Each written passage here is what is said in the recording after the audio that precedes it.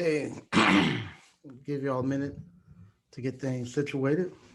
Let YouTube send out its notifications.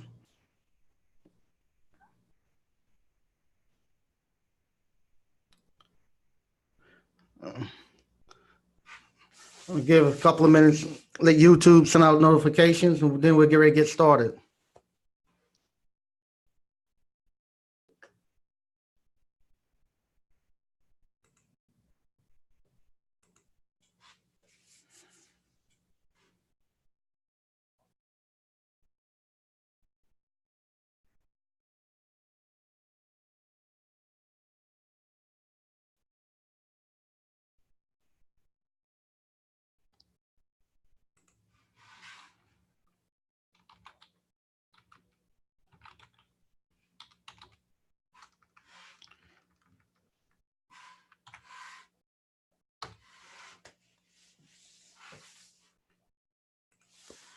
Okay, we're here. Good afternoon, everybody. This is Mike Sneed coming to you again from Appliance Bootcamp. All right. Today, like I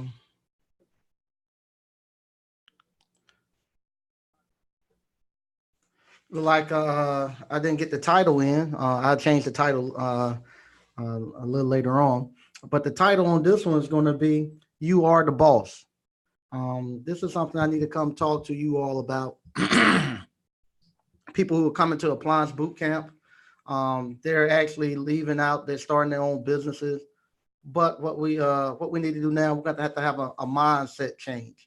Um, Unfortunately, us with the school system and just way society has been here lately, the way they have actually been creating workers and creating people just follow people leads.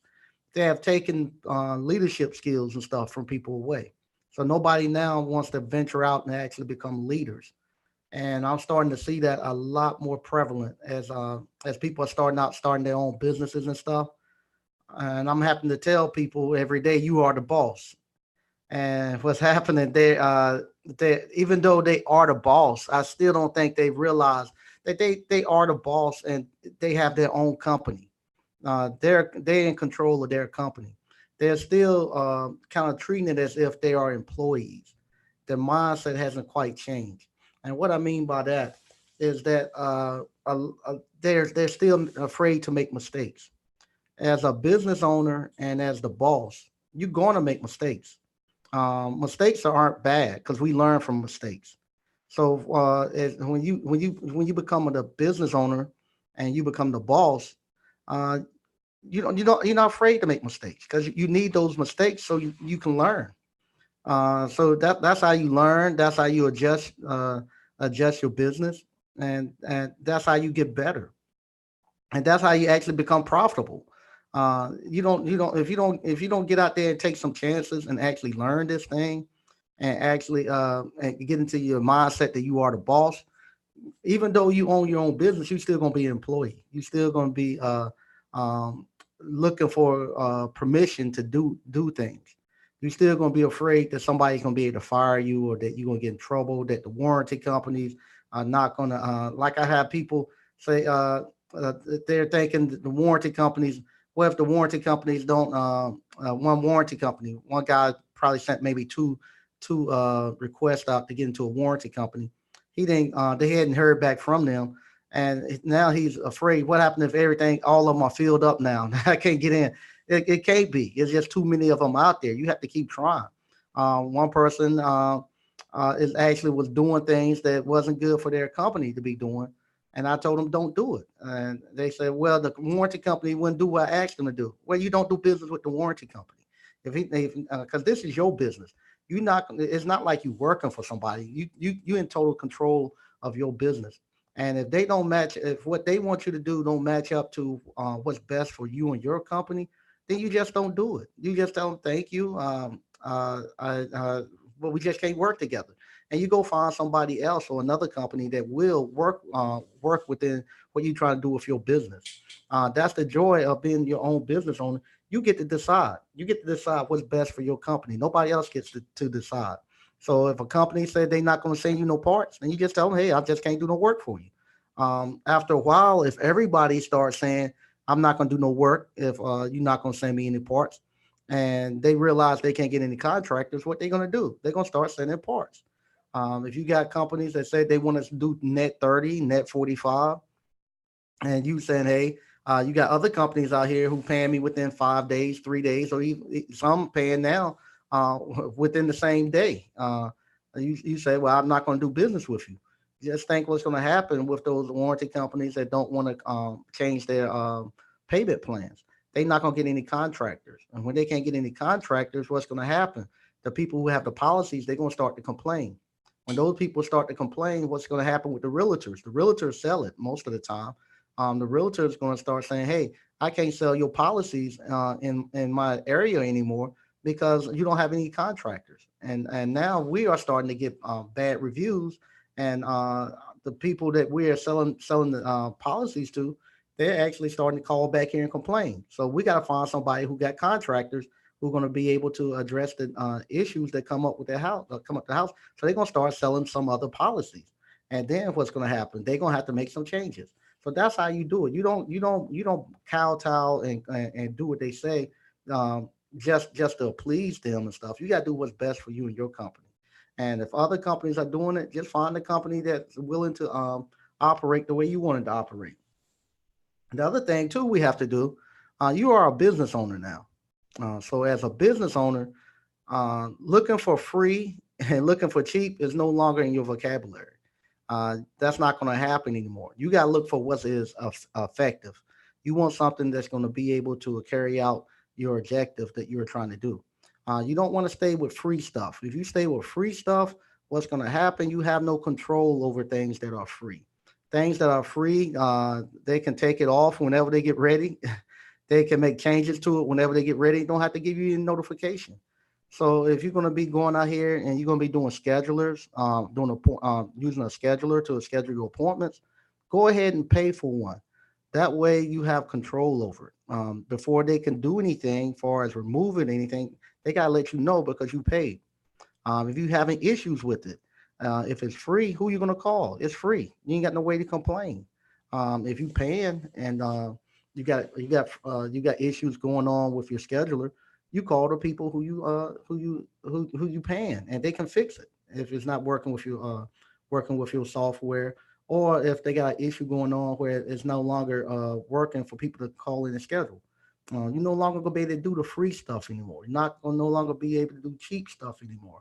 You're gonna have to go out here and actually start paying for stuff that's effective, that's gonna allow your business to grow and prosper. And as a business owner, you still get it free, but how you get it free? You get it free by changing your prices and taking it to the marketplace. I've seen some people have listened to me say the stuff that I get is free because I actually it's included in my price. It's not nobody giving it to me free. It's just included in my price. And when I say it's included in my price, I'm talking about when I do my cost per call, and I'm figuring out my service fees, and figuring out my fees of what I'm going to charge people. I include the price of my softwares and stuff, and I know how many calls I'm going to be doing per year, and I just spread that cost out across all the service calls. So I'm going to do a couple of thousand service calls throughout the year. That's going to spread those that cost around off across every service call. Matter of fact, let me see. I'm going to see if I can share a screen with you. I'm going to try a whiteboard. See if I can do this real quick. See if this. Okay, this will let me write. Okay, this is one of the things I'm talking about when I tell you all. If y'all can see the whiteboard, I'm gonna. Okay, yeah, I see it. It just popped up. Okay, this is one of the things that I try to tell you all when I say it's a difference between being a business owner and being self-employed. Right now, when you come to Appliance Bootcamp, you are right now really self-employed. You're not really a business owner when you leave. The stuff that I would need to show you and the stuff that you need to know to be a business owner is totally different than just repairing appliances. You don't even care about repairing appliances then. When you become a business owner, all you care about is numbers. You want to make sure you're hitting your numbers. and that's all you do. You want to make sure that you got the pipeline full of inventory, work, service calls, whatever it is that you are selling. You want to make sure you got the pipeline full to meet your numbers, and you want to actually start then looking at numbers. So what I'm going to do, say for instance, we're going to have what we call indirect costs.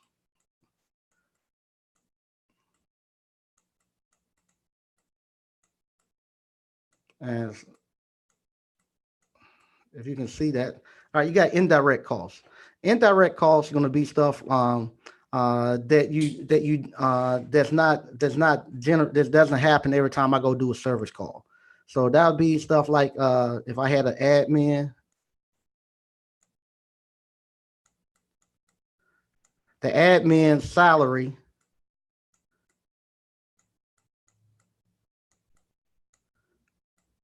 that would be an indirect cost, because what happened, the admin, she's not actually going out there generating any revenue, but we have to pay her anyway.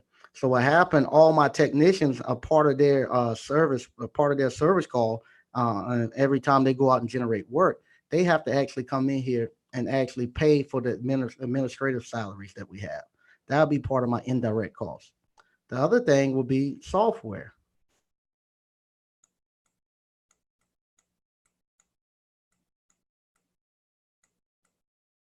Software will be a part of my indirect costs. Stuff like I'm telling you, like my appointment scheduler, my website, all that stuff is going to be stuff that every time we go do a service call, software is not going to be making me no money, but everybody got to pay for it. 'Cause everybody utilize it. So all this stuff is going to equal up to what I call my indirect costs. And from there, I get a total. That'll be my total indirect cost.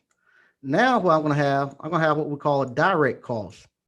This means every time technicians crank up the truck and they get ready to go to somebody's house, it's gonna be a direct cost associated with that, and that's gonna be my gas that goes in the truck. That's gonna be, let's see here. I don't want to do that. That's gonna be the gas that go in the truck. That's gonna be the technician's salary, or technician when I'm paying the technician, I pay him per call, so that'd be the technician cost.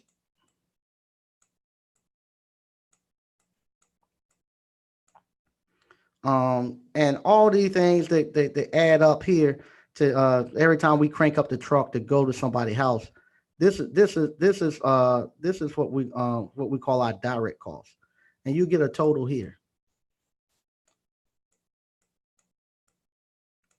And then what you do, you add the indirect cost and you add the direct cost, and from there, and also what I'm going to have in here, I'm going to have my profit up here that I want to make.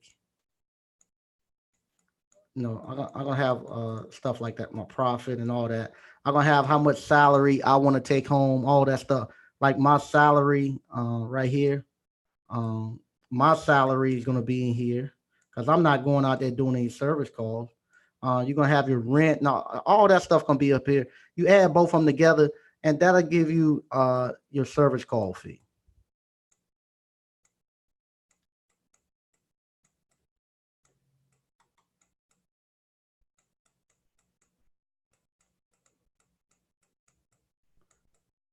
All of these adding both of these together give you a service call fee.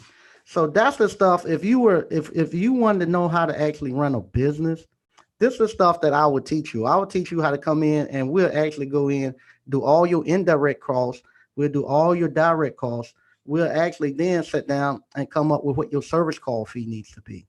Then from there, like some people are going out and they're actually trying to bid on townhomes and bid on apartment complex to do dry vent cleaning, and they coming back and they want to know how much can I charge per fee. And I'm telling them right now, you just charge $99 because you whatchamacall, you don't know how to run a business. And if I have to sit down and start trying to teach you this, it's something totally different. Once I can tell you what's the minimum, it for different for the depending on how many apartment complex you got that you're going to be able to go clean. No, there's different prices I could give. You be able to give because some stuff you can be able to spread out because as you start getting more and more apartment complexes where you're gonna have maybe 30, 40 units you're gonna be cleaning. A lot of times then you got to bring in help because you're not gonna be able to do no more than two per hour yourself, and you don't want to be there no whole month or whatnot. You want to get in and get out and get your money. So then I will have to actually sit down with you, or somebody will have to sit down with you and actually show you how to actually come up with these fees, come up with your prices and stuff like that. And that's something totally different. Right now, I gotta just worry about getting your mindset changed to where you actually now is an actual business owner. Once you become a business owner and you realize you're a business owner and you got the mindset of a business owner, then we can actually that you are the boss. Really, let me scratch that. You the boss. You gotta make sure that you are the boss, and you got the mindset that you are a boss. Because if you now have the mindset that you are the boss, that you are in charge, it's gonna be hard for you to even sell. I'm gonna be honest. It's gonna be hard for you to go to an apartment complex and actually sell your services because you're going in there and you don't have the confidence to be able to sell. And people see that a mile away when you come in. They, you don't have the confidence because you still have the employee mindset. Right now, you have to what you call. You gotta get used to going out there in front of customers, taking money, being in control of the service call. When you go there and you in their house and you respect you being in their house, but you are the person of authority over that appliance. So you have to actually instruct them and tell them what's going on with that appliance. Some people are going to the service calls and they're giving me diagnosis, and I'll be like, how do you come up with that diagnosis? Where the customer told me that was wrong. The customer doesn't know. Yes, the customer can tell you some changes that they've seen in their appliance and what it's not doing, and that should lead you to where you need to start checking and doing your diagnosis. But you got to be the person in control and telling them what's wrong with it. You are the subject matter expert when it comes to that appliance, and you got to get that into your get that into your mindset. I know it's hard. I know it's hard because all your life you've been told not to take those chances, and you're afraid to go out there. Go out there and be free to make some mistakes. You're not gonna make no mistakes where you gonna burn somebody's house down or something like that. But you're gonna have to be out there and make some mistakes. Kind of like if you playing sports. If you are so afraid that you're gonna miss a shot, if you take it, you ain't gonna never take no shots. You're not gonna be any good to anybody. I remember what's it called? I used to coach. I used to coach a lot of basketball teams and stuff. And I remember sometimes I would pull a kid out, and the kid be like, "What I do? I ain't do anything. I didn't make no turnovers. I ain't make no fouls. I ain't miss no shots." And I'll be like, "That's the problem. You're not doing anything." I would much rather get somebody out there who's going to get active and start doing something than somebody who just standing out there. And that's what we want to do. We want to just stand out there and just think that we're going to be a business owner like that. It's not going to happen. Also, if you're not used to taking control and being the actual business owner, what's going to happen then when you start bringing some employees in? You definitely want to be able to control employees because employees then gonna run amok on you because they know that you're not in control. They're gonna tell you how to run your business. They're gonna take control of your business. You don't want to do that. So now's the time where you actually got to start getting in control and being the boss. And once you do that, then you can start bringing employees in. When you call in your when you call your third party warranty companies or if you call your insurance companies or anybody and they tell you something and you don't quite understand what they're doing, what they're talking about, have them repeat it and have them educate you. You the boss. You have them educate you, and tell you what's going on, and you keep questioning them until you understand.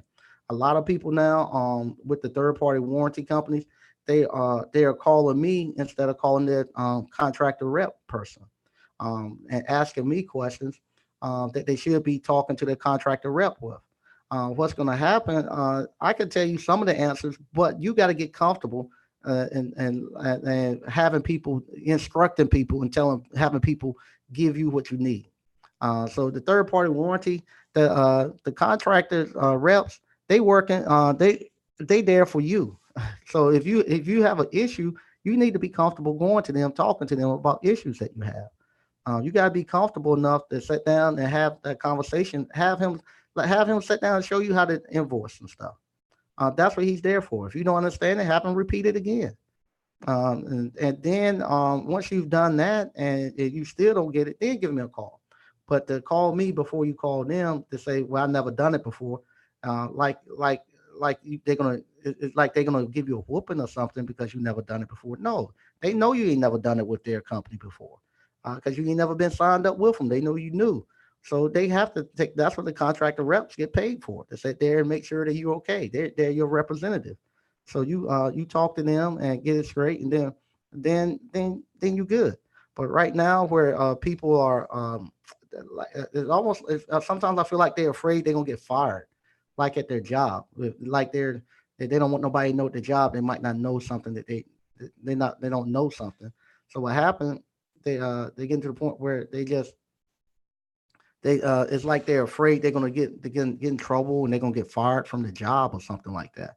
And I'm still like I said, I haven't been in the workforce in over almost over 20 years now.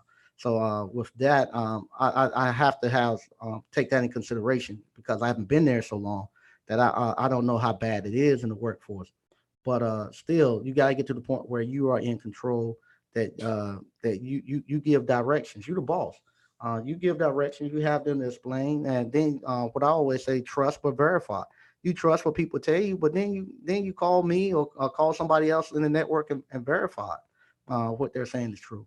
But we gotta get to the point where where we get the mindset of a boss that we're in control, and then once we get that mindset, then we can actually go out and actually then start start bringing in other employees and stuff like that, and actually going in and start looking at stuff about what I call working on your business instead of working in your business. Right now, you're working in your business, meaning you're going out there, you're doing all the work, you're doing all the service calls, you're doing everything.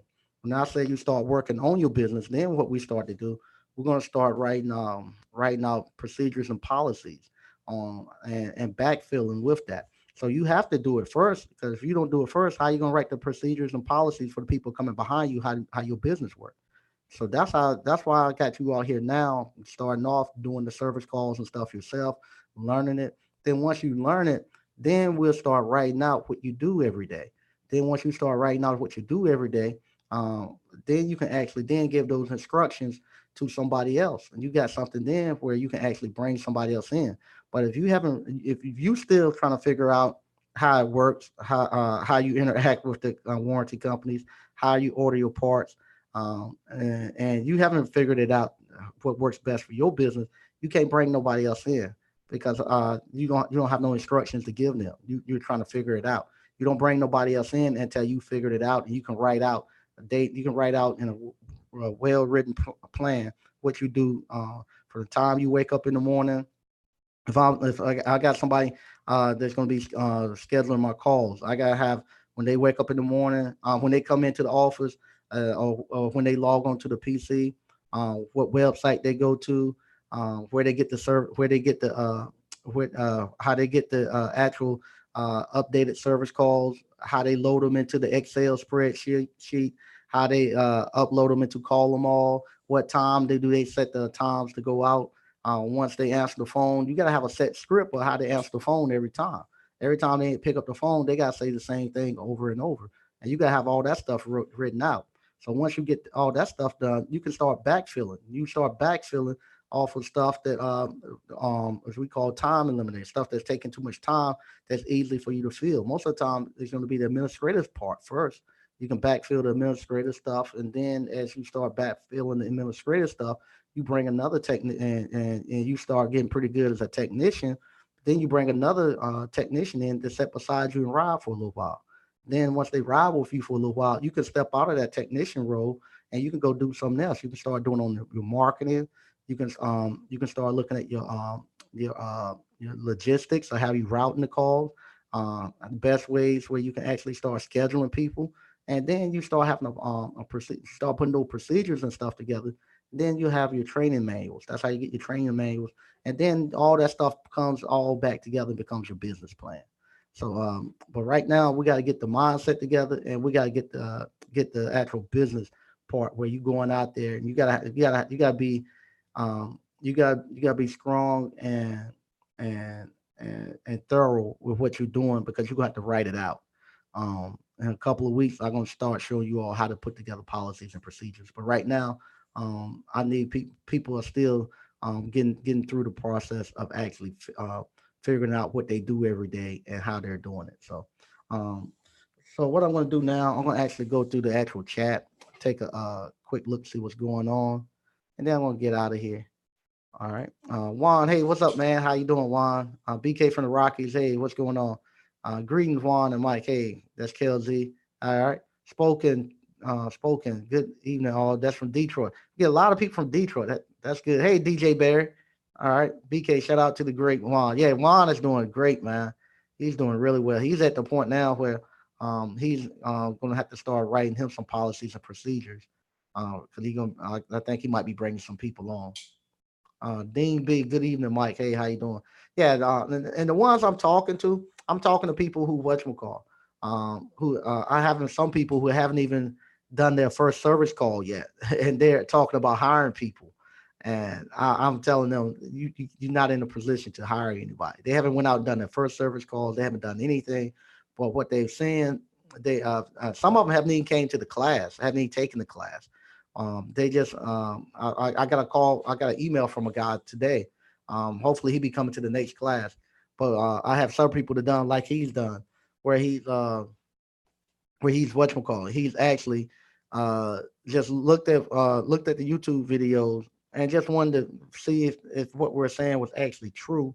He just created a web page, and he's getting a bunch of service calls, and he's saying, yeah, it's a high demand in his area.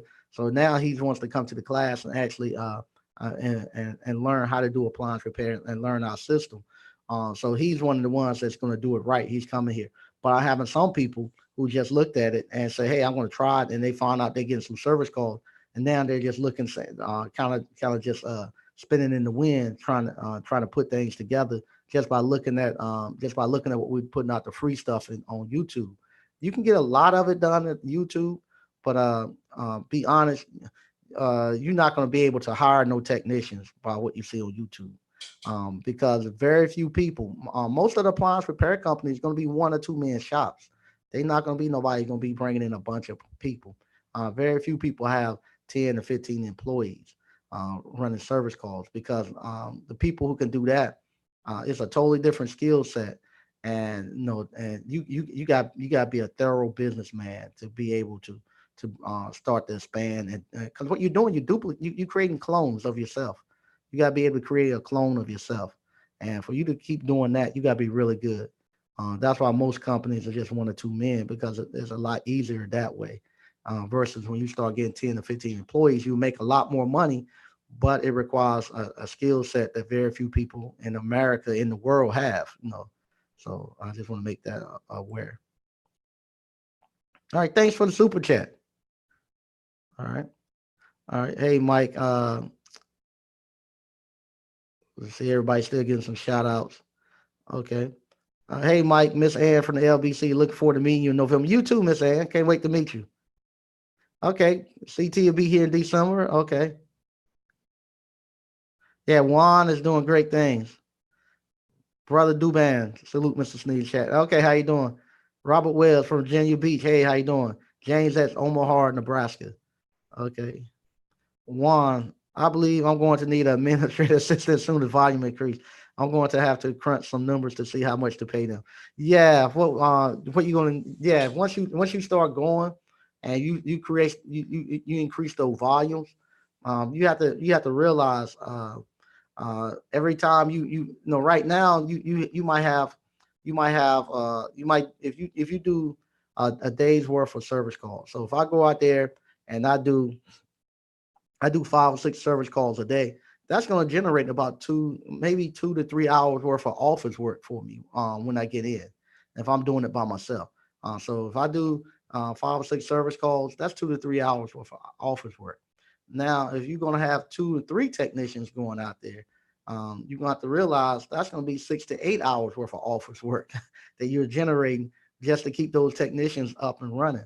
And if you one of those technicians that's out there, you got 8 hours to work, and then you're going to do another 8 hours. So that's 16 hours that you able 24 in a day. So you get to a point where you just can't do it all. So that's when you get to a point where you have to bring in the administrative assistants and stuff like that in. And you got and some stuff you can outsource some stuff. Even on the administrative assistant part, I have used virtual assistants in the past. But if you're going to go to a virtual assistant, you gotta be strict. You gotta have your stuff down packed, because a lot of times they're gonna charge you by the minutes, or they're gonna charge you by the phone calls. And if you don't have a tight strip for them to get people in and on the phone and off the phone at a decent time, you'll find out it'd be cheaper for you to just to hire somebody than they do a virtual assistant. So if you're gonna do a virtual assistant, you gotta have your scripts down packed, and you gotta have a way to get those people on and off the phone real quick. Because every minute, the way it used to be with my virtual assistants, I got charged by the minute. So every time somebody's on the phone asking a bunch of questions, it's costing me money. I had to have scripts to get them in and off real quick. What's up, Mike? Yeah, when dealing with warranty company, you have to find what works best for you. Some pay right away, some pay 30 net, some supply, some don't. Yeah, that's right. So you figure out what's best for you. And then you go that way. Hey, McMahon Trucker, he want to know about those bubblegum machines. Yeah, it's about time for me to go fill one up. I'll probably end of this month. I go fill it up, and I do account. I do account live. Dean B, my LLC was registered in New Mexico. Can I use it to operate my business under now that I'm in Texas? Thanks. You can do that, but they cracking down a lot on that stuff now. You register your LLC in one state, then operate business in another state. At one point in time, 10, 15 years ago, it wasn't as bad, but now sometimes they're going to be they some checks they might not let clear. It used to be it used to be if I got a check for 6, 7 thousand dollars, and you constantly getting checks like that all the time, and you got a nice supply of cash in your bank account. They let the money go. Now they holding money like that. I don't care if it's certified. I don't care what it is. They holding everything, making sure you're not doing anything crazy. I'm pretty sure they're gonna start cracking down on people register in one state and try to operate in another state. Because like I said, even though I want to get cash out my account, I go to the bank and I want to get cash out to take someplace or do something with. And I won't be asking for much. The other day I needed to get 5,000 cash out, and I wanted to get all hundreds. I ain't want no 20s and all that stuff. And so I go to the bank and I say, just 5,000 cash. Usually that would have been easy. They just give it to you and go. I got there like 9 o'clock. I said, I need to get 5,000 cash. And they say, can I give it to you a certified check? I said, no, I don't want a certified check, because certified check, if I take it, and what I was doing, I was just taking it to another one of my banks, another account. And what happens now, if I try to do a certified check, even certified check guarantee you got the cash in there, but they whatchamacallit, they're gonna when I get to the new bank, they're gonna hold it. They say we give you 1,000, maybe 2,000 out of it, and they're gonna try to hold it. I don't want to do that. I had a purchase that I was going to be making, and I wanted to make sure that the cash was in there.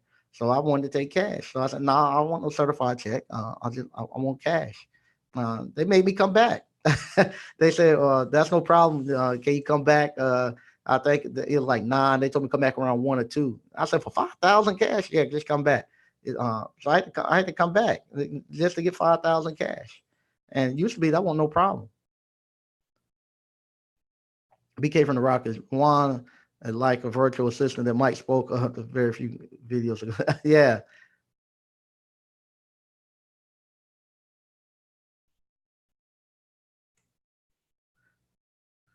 All right. Mark is giving Dean some advice. Hey, how you doing, 89 Dr. Funk?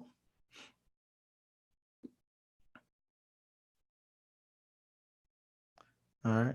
BK from the Rockies. Mindset is more important than what people think. You have to have confidence in everything you do. Be so confident that people start calling you cocky, but trust your ability. Yeah, that's kind of what you're going to come off as when you the boss. You gotta have to have that mindset, even especially if you're going to be going out selling. Just think now, if you're going out there and you're going to sell an apartment complex, and you're going to sell them, just for instance, just say you're gonna whatchamacall, you're going out there and you're gonna sell a job for $10,000, and you tell them you need 25% off, beginning just to start, and they don't know you for anybody. You just don't walked into their office, and you tell them you're going to clean all their dryer vents, and you need 25%, or you need half the money up front before you start, and you're going to start in a week from now, and they're going to cut you a check, and you're going to walk out the office. They're going to give you their credit card, and you're going to walk out the office. They're going to trust you to come back. You got to be confident to do that. And that's what happens. You do it all the time. Matter of fact, I do it all the time. Somebody come, they want to get some. I need to get some. I go sell a job, and I need to get some work. I need to get half up front. I need to get 25%. If we want houses and stuff, I need 25% right now before I even start, because I'm whatchamacallit.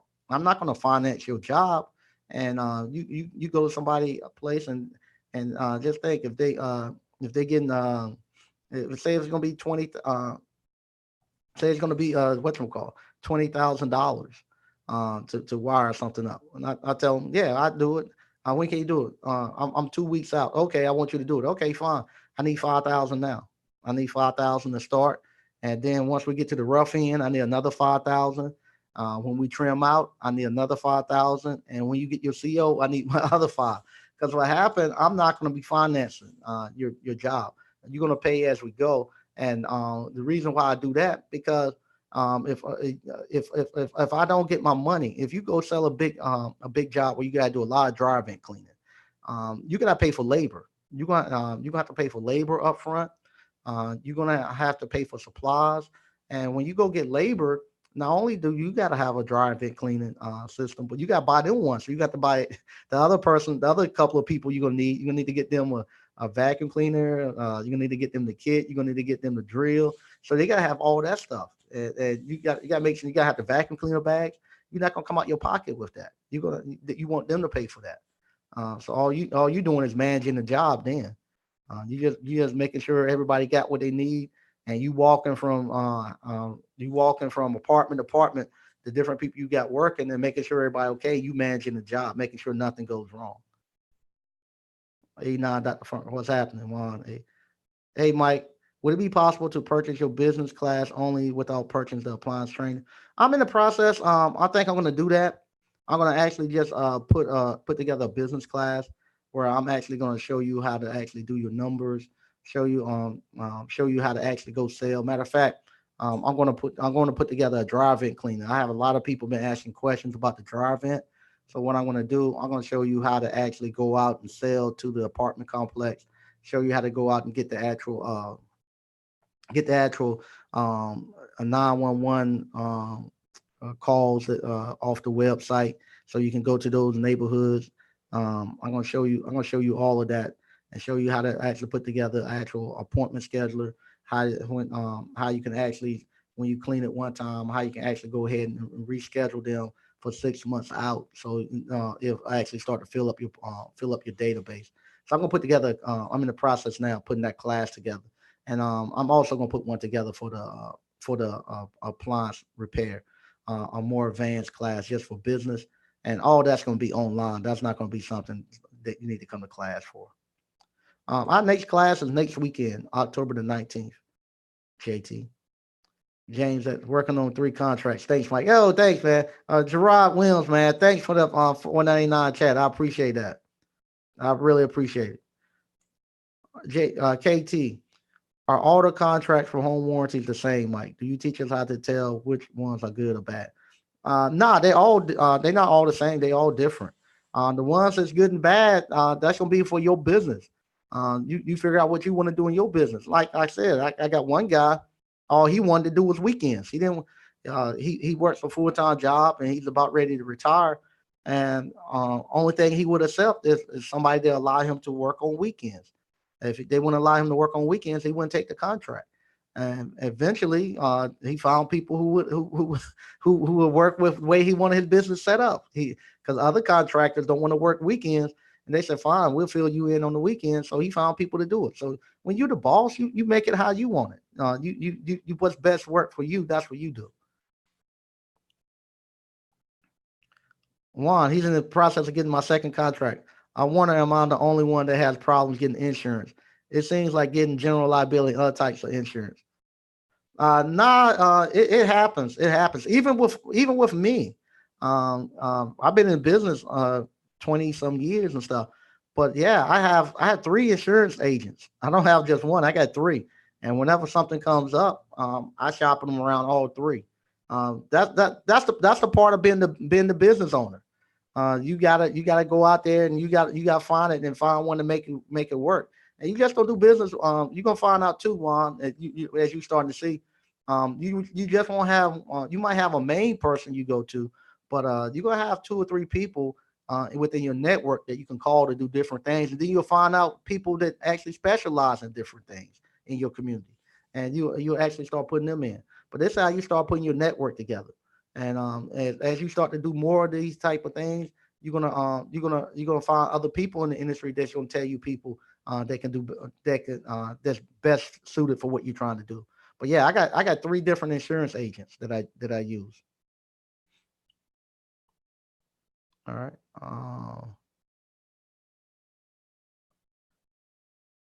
Yeah, yeah,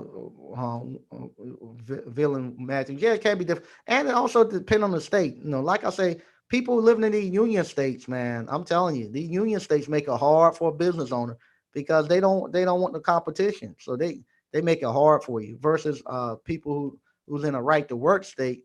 You got insurance agents. I can walk out this door and run into four or five insurance agents. All of them begging for your money. Versus when you in a union state, just think it's not in order for you to be a contractor, you gotta be with the union, and the union gonna use most of the time the same insurance agents. So they lock it in.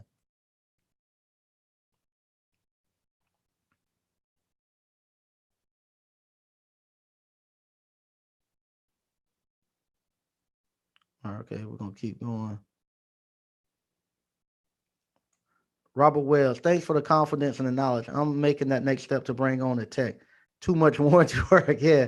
Would you recommend paying per call, salary per hour, percentage, or by the day? I do mine per call. I do mine per call. That's the way I do it. And but you gotta figure out what's best for you. And what you need to do is we have a spreadsheet in the appliance repair field that call your cost of doing business, and you can take that spreadsheet, and once you know your numbers, you can plug your numbers in, and you can put in for four techs, three techs. You can see all of that, and you can see what your money would be like, and what the cost would be, and then you can tell how much you can pay. Like me, I know I can pay anywhere. I can pay my techs per call, anywhere from $15 to $50 per call. That's why I can pay the contractor. So I can start somebody off at 15, and they get to the high end, they're gonna get $50 every time they go out on the stop. So that's where mine's range at. Um, if I go past that $50, then I start having problems. I start having problems in my with my money coming in. Their money look good, but my money will be off kilter, and then I have to make some changes. Yeah, Juan. Even after the 2 years and stuff, they still go through. You still put some of them still put you through hoops with the insurance policy.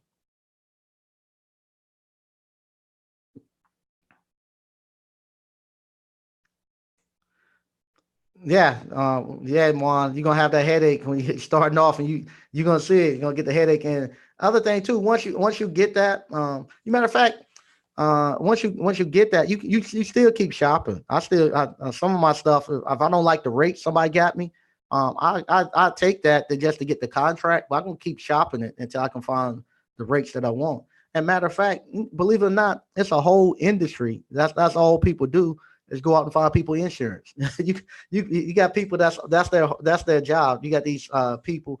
Their only job is they come to you might get a couple of them start to call you if you're a company and they'll call you up and they'll ask you about your insurance rates and they say we can get you better rates and all they just do the legwork of what you're doing. They just call different companies. They don't build a network where they can actually get your insurance rates. So you call them and they find you the insurance and stuff.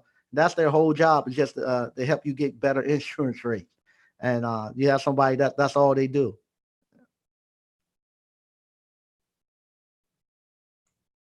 Oh yeah, the Capital 89 Dr. Funks.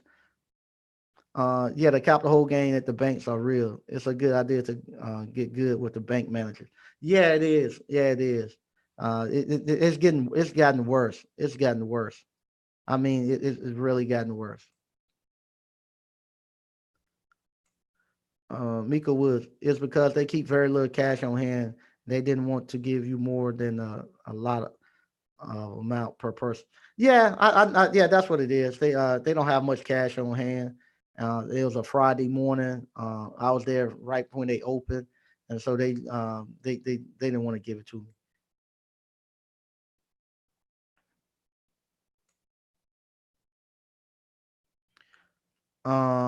Sherman '05 line. Is it better to start your appliance boot camp business or the mobile repair business first? That's up to you. Find out what it is that you like to do. So if you like working with a cell phones, do the cell phone repair. If you like working with appliances, do the appliance repair.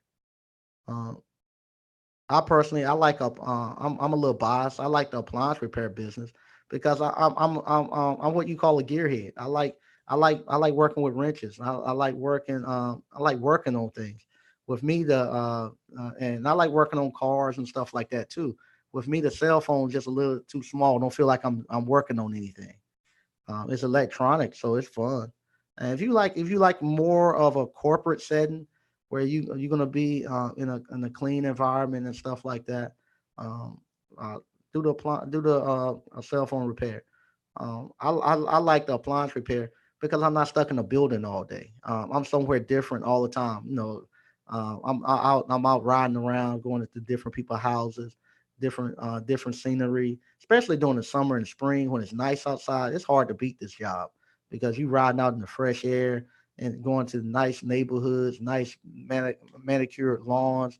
You smelling the flowers, the fresh air. It's hard to beat it during the spring and the summer. In the wintertime, it get a little cold. It was a little dreary, but still, even the wintertime is good.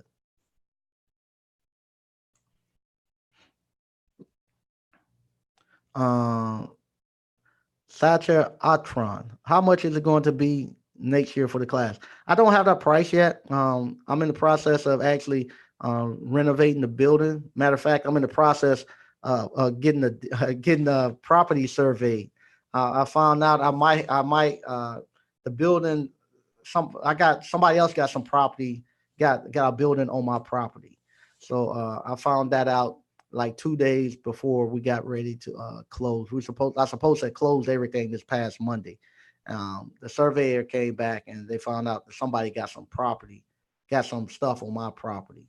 So now they gotta go. The lawyers gotta go work that thing out, and our tentative date is the 24th. Hopefully I can get it in before then because they're pushing my time out from where I can actually start work, and I can't start work because they got stuff on my property, so they don't want me going in until everything closed because that person got to have time to get stuff off or whatever they're going to do.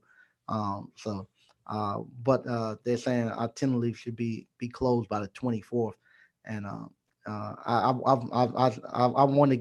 wanted to be out there this week, actually working. Matter of fact, I had started on it this week, and they told me not to go back out there until they get everything situated. So but once I get the numbers in for the remodel and stuff, then I'll come back and I have the price. It's still gonna be very, very reasonable though.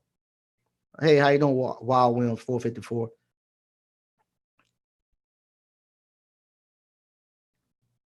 Okay.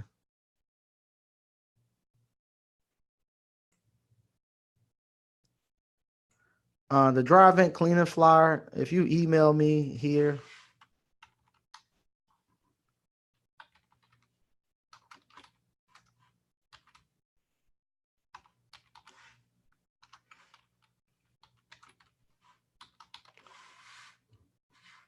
If you email me there, I'll send you the actual drive-in cleaning flyer.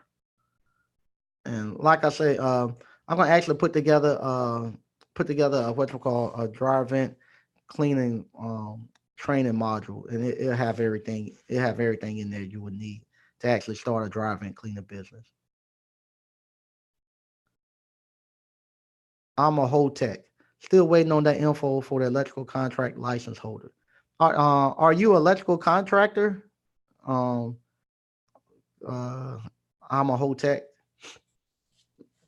If you need to be an electrical contractor to do that.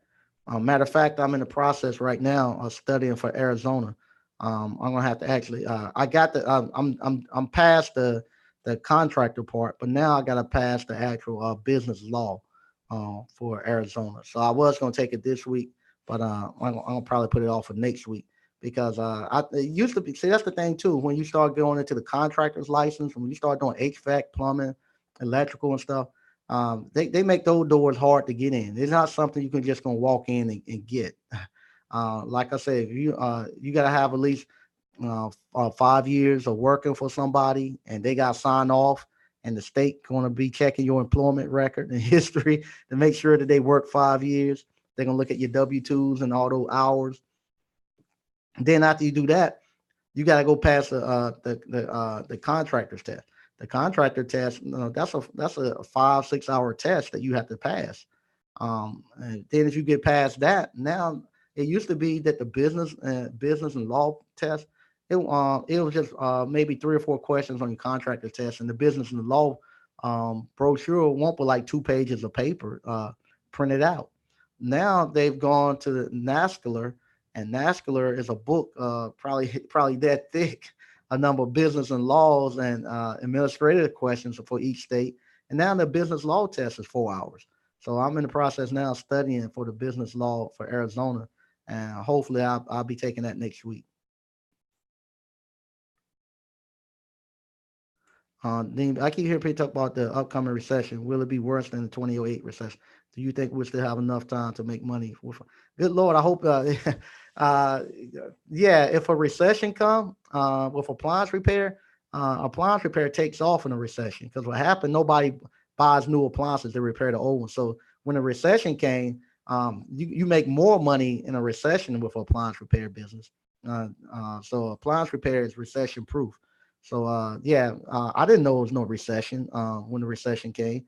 Unless I talked to somebody, I looked at the news, I couldn't tell no recession. You heard Mike Check.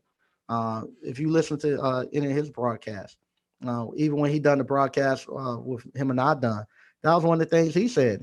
Here he is. He started appliance repair in his 20s, early 20s, probably one of the first jobs he had. He said he never been broke. He never been a time when he ain't have no money. So and that's the same thing. I was talking to somebody earlier today, and they had ran into some financial problems, and and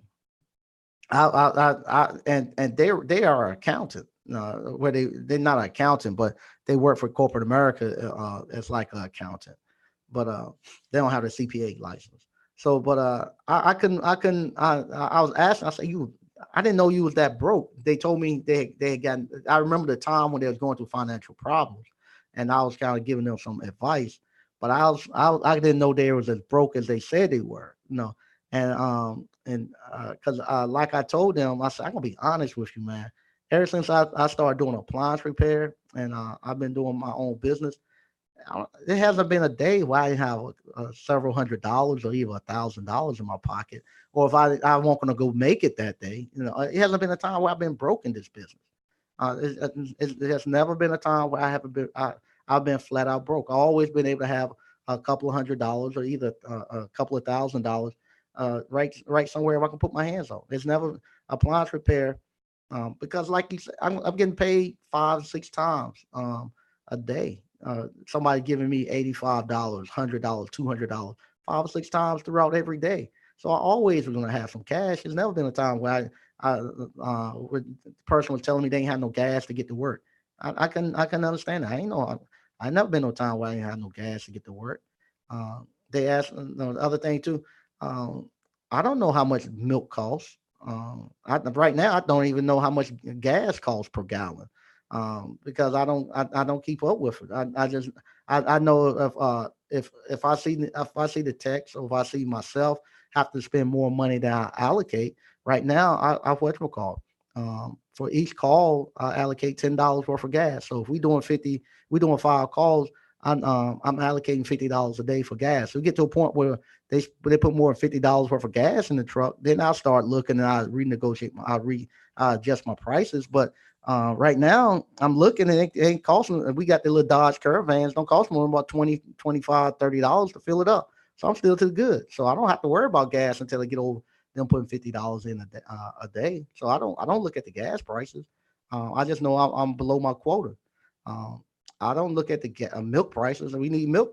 My wife buy milk. They were telling me too that they couldn't go to the dentist because they used all their money up from the dentist. And fortunate for me for appliance repair, if my tooth hurt, I'm going to the dentist. If it's time to get my teeth cleaned, I can go to the dentist. There's never been a appliance repair has been that well. My family didn't has don't have to.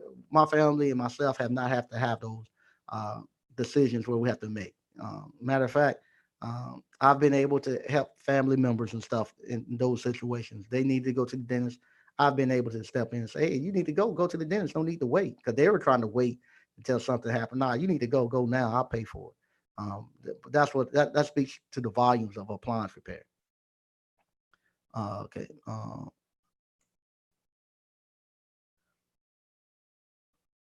KT, when can we expect to be able to purchase the business class separately? I'm gonna be honest with you, gonna be probably around the beginning of the year.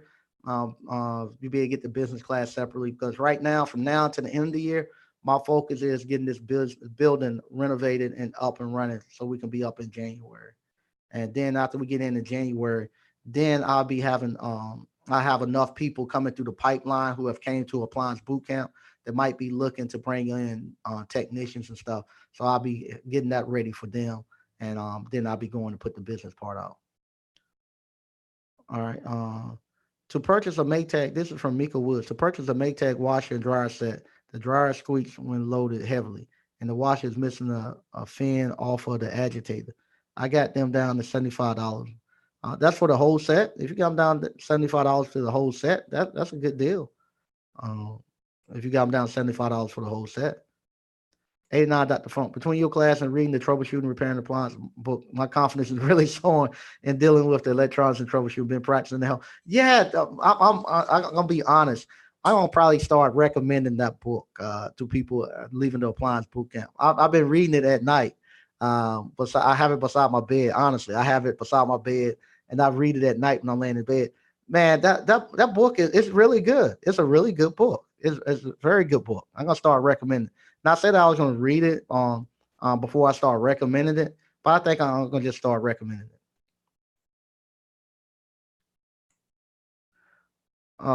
Sham '05 line. I asked because it seems that Appliance Bootcamp seems like a happy middle for a working transition into entrepreneur. Cell phones, even though it's common, it might be thumped by someone new having someone new having. Okay. I think I'm trying to figure out kind of what you're saying. Um, yeah, the way I teach, it might be the approach of way I'm teaching it. The way I'm teaching this is to actually make that transition for somebody who's actually working. That's the way I'm teaching the appliance repair because the people that I'm targeting with the appliance repair is 35 to 55-year old, and those people currently right now have jobs and they just can't stop working their job. So with that, I actually teach it, and I'll give you. The approach I'm taking is what you call um, how you actually get to a point where this replace your full time job, and if you want to go full time appliance repair, you can. So that it might be just the way that I'm approaching it and giving it to you. I'm a whole tech, yes sir. Unrestricted electrical contract. What state? What state are you in? I'm a whole tech. Yeah, Juan is always good.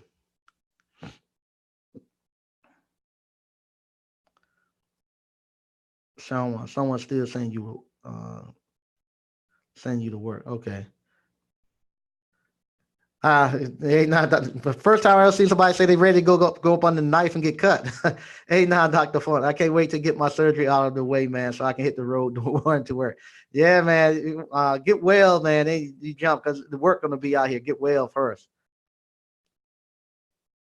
Thank you, old boy Dread. I really appreciate the content you and JT are putting out. Keep up the excellent work. Thanks. What do you think of the PULS? What is that? You tell me what that is. I don't know what that acronym is.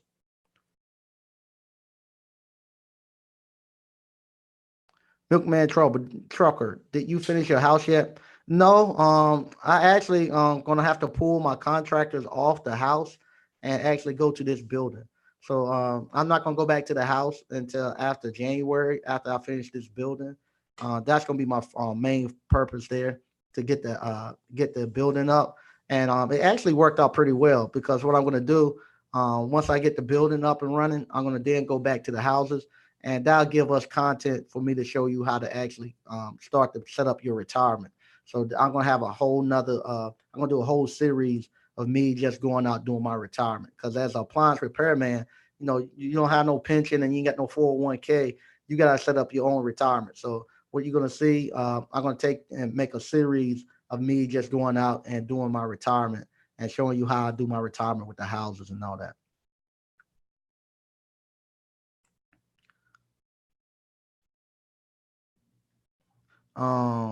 Hey, how you doing, Josh Can? Drake Champ. IMO Plus is like a Uber for skills trades. They take a major cut and you have less control of the business. Nah, I haven't looked into that. Nah, I haven't. Georgia. Okay. Yeah, if you got electrical contractor's license, same thing. My email I put it in the chat. I'll put it in the description later tonight. So if you go back and look at this later, I'll put my email in there in the description. Email me if you got electrical contractor's license. And I'll tell you who companies you can contact where you can actually you actually can become what we call license holders. Now, when you become a license holder, you no longer can go out and do electrical contracting work. So just be mindful of that. If you actually making your money with your electrical contractor's license, you're not gonna be able to do you won't be able to do that electrical contracting anymore. But what I do, I instead of me going out doing electrical contracting, I go to the different states and take the different tests. And I got licenses across many different states. I got electrical contractors license. Like I said, right now I'm doing Arizona, so I do that, and I can become license holders in many different states, and I make my money back that way. So if you're good at taking the test, no, you can do what I do. All right. Hey, Mike, do all warranty companies pay the same deductibles? No, they don't. Yeah, they vary. All right, so that's all we got today. I want to thank um Josh Kane. I'm not good at negotiating. Well, you're gonna have to get good at negotiating your money. You're gonna have to get good at negotiating your money because that's your job. As a if you become the man and you the boss, your job is to make sure that the money is coming in on time and it's coming in at the right price. And you got to negotiate. You got to put the deals together. That's your job. So once again, I want to thank everybody for tuning in. I got some videos. I got editing them tomorrow. So I got some good videos I'm gonna put out of stuff we done this week. And like I said, I thought that I'll be having more of the building of the building out. But what I gotta do, I gotta wait for the guy to get his stuff situated to get stuff on my property. So once we get that situated, I'll be back at the building. And I got a friend that bought like a he bought like a little he bought like a I guess it was a compound or like a little school. So I'm gonna be helping him do some stuff over there, and I might be bringing something there because it looked really nice. What he got, he bought. It used to be like a assisted living place, and he gonna be fixing it up for veterans to come there and actually stay there. That looks really good. I went by there today and took a look at it. He just bought it Monday. And he bought it right up the street from where our new classroom is going to be at. So I might bring some videos over there, let you see what he got going on. Once again, thank you all for tuning in, and I'll talk to you later.